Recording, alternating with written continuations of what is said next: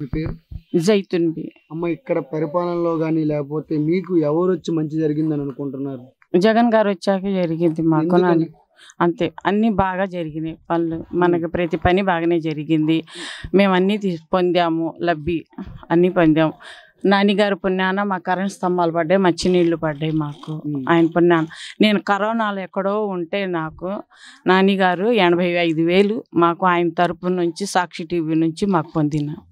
మాకంచి అన్నీ మంచిగా జరిగినాయి. అయితే కొల్లు రవీంద్ర గారు చేశారు చాలా పని, అభివృద్ధి కానీ లేదంటే మనుషులకి మంచి అనేది కొల్లు రవీంద్ర వల్లే వచ్చిందని చెప్పి చాలా మంది. అలాంటిది ఏమీ లేదు. కొల్లు రవీంద్ర గారిని నేను డైరెక్ట్గా వెళ్ళి అడిగాను కొన్నిసార్లు, మంచినీళ్ళ కానీ కరెంటు కానీ అడిగాను.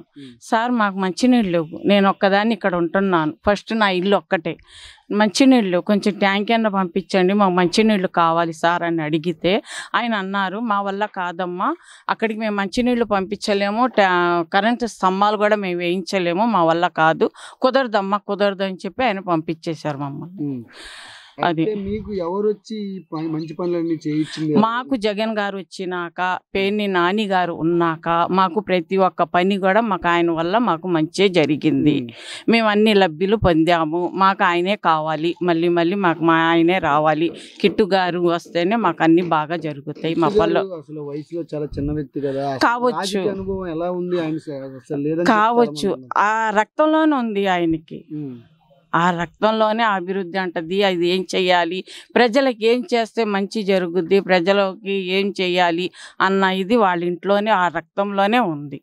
ఆయన వస్తేనే మాకు మంచి పనులు జరుగుతాయి, ఆయనే మాకు కావాలి. కిట్టు గారి మీద చాలా ఆరోపణలు వస్తున్నాయి. చిన్న వయసులో అసలు చెప్తారండి, లేని వ్యక్తి అసలు ప్రజలకు ఎలా మంచి చేస్తాడు. అసలు కొల్లు రవీంద్ర అంటే సీనియర్ పర్సన్ ఉన్నాడు కదా, ఆయన గెలిపించుకుంటే మంచి జరిగిద్దని చెప్పి కావచ్చండి. 100 మంది 100 చెప్తారు, కానీ ఆయనకు ఉన్న అనుభవము 70 ఏళ్ళు 80 ఏళ్ళు ఉండేవాళ్ళకి లేదు. అంతే. అయితే ఇప్పుడు ఎవరికి ఓటు వేస్తే మీ ఓటుని వినియోగించుకుంటే ఎవరికి మంచి జరిగిద్ది అనేసి ఎవరికి ఓటు వేస్తారు? మాకు రావాల్సింది కిట్టు గారు జగన్ గారేనండి, మాకు ఇంకెవరు వద్దు. ఆయన వస్తేనే మాకు అన్ని మంచి జరుగుతాయి. వారంటీల ద్వారాగా కానీ ఏ లబ్బికైనా దేనికైనా కూడా, ఏ మంచి పనికైనాను వాళ్ళు ఉంటేనే మాకు జరుగుతుంది. కిట్టు గారి ఇంటికి వెళ్ళంగానే ఏంటమ్మా వచ్చారని మనసారా పలకరిస్తారు, కూర్చోబెడతారు, తాగటానికి ఇస్తారు. ఏంటమ్మా మీరు ఆడవాళ్ళు వచ్చారని అడుగుతారు. మాకు ఇంకా ఎక్కడికి వెళ్ళినా మాకు మంచి జరగలేదండి, జరగలేదు.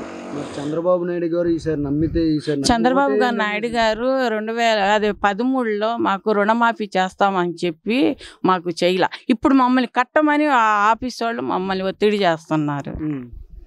అప్పట్లో మాకు చెప్పారని మా గ్రూప్ వాళ్ళు అందరూ ఏం చేశారంటే డోక్రా రుణమాఫీ మేము ఆయన రుణమాఫీ చేస్తాను అన్నాడుగా, మనం కట్టాల్సిన పని లేదని చెప్పి మేము 12 మంది ఆపేసాం గ్రూప్లో. తర్వాత మళ్ళీ మమ్మల్ని కట్టమని ఒత్తిడి చేశారు. మళ్ళీ ఈ మధ్యకాలంలో 1 సంవత్సరం బట్టి మా జోలికి రావట్లేదు, మమ్మల్ని అడగట్లేదు వాళ్ళు. మరి ఏం జరిగిందో ఏమో, మమ్మల్ని అడగట్లేదు. అది మా పరిస్థితి. అయితే ఇప్పుడు హామీలు కూడా చాలా ఇస్తున్నారు. ఇప్పుడు వైసీపీ కన్నా టీడీపీ హామీలు చాలా, వాళ్ళు 190 ఇచ్చినా కూడాను మాకు జగన్ గారే కావాలండి, కిట్టు గారే రావాలండి.